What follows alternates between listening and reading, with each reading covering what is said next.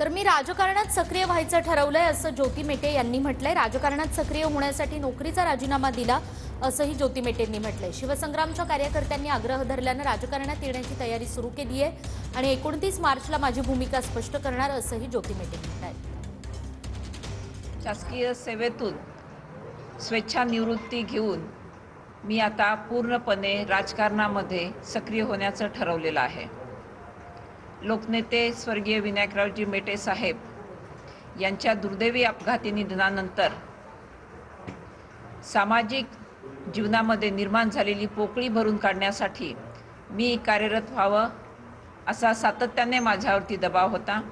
याच्यामध्ये समाजातील विविध घटक याचबरोबर शिवसंग्रामच्या पूर्ण राज्यभरातील पदाधिकारी आणि कार्यकर्ते यांची तीव्र भावना होती आणि या जनभावनेचा आणि शिवसंग्रामच्या पदाधिकाऱ्यांच्या कार्यकर्त्यांच्या भावनेचा आदर करून मी स्वेच्छानिवृत्ती घेऊन सक्रिय होण्याचं ठरवलेलं आहे। हे मी